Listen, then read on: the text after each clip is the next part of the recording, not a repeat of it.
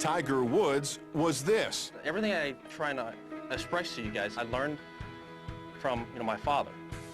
At a clinic he gave with Anthony Kim, he talked about how his father shaped his game. When he missed his, I did my first fist pump.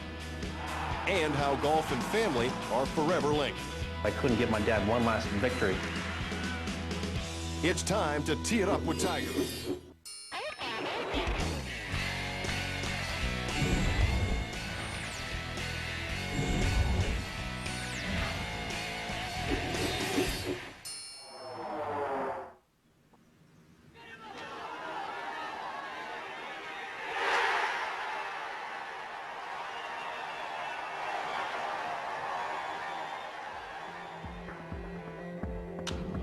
You were introduced to golf because I wanted company. When you were 10 months old, unbeknownst to me, you had been learning the golf swing. And you learned the whole golf swing. You walked over, you could walk then, and picked up your putter and hit the ball into the net the very first time. How good a golfer was your dad? My dad? My dad was actually pretty good. When we used to have some battles when I was 11 to 11 to about 14. My dad was a one handicapper. Really? Oh, yeah. The reason I asked, I mean, he clearly got you off on the right foot.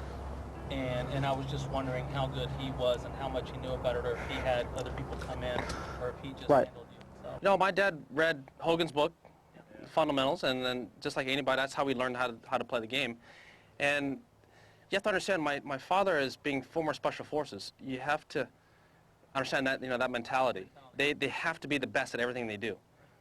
So when he started playing the game of golf, once he got addicted to it, then it was on. Then he was going to get good. And then, I started coming up. I started pushing him a little bit. He wasn't going to let this little whippersnapper, get him. The first time I ever beat my dad, I was 11. We were playing down here at Navy Golf Course on Long Beach here. And I was 1 over through 16, and he was even. Through 15. I birdied 16. We both par 17, so we're both even par playing 18. And we get to 18, it's par 5. I hit my ball up there about 18, 20 feet. He's about 15 feet. I hoop it. And he missed it.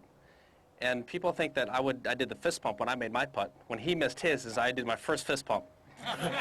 Okay? So I was like, yes! And I just ran off the green. So that's the kind of battles my dad and I used to have when I was little.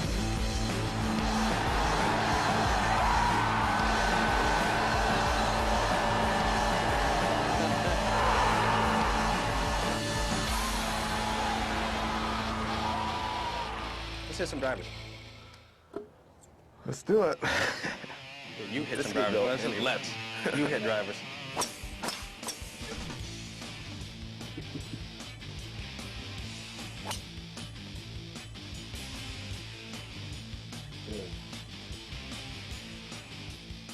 What's the loss on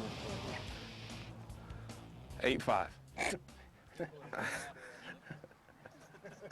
Seriously, you didn't have to read that, did you?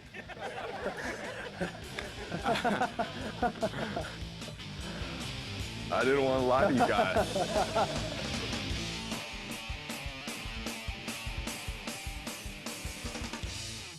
What's interesting, look at how he chokes up on the club. That's very different than most players. But then again, provides so much more control. And Anthony, you can see the speed that he has in his body, and the club head speed can still generate, even from a shorter position.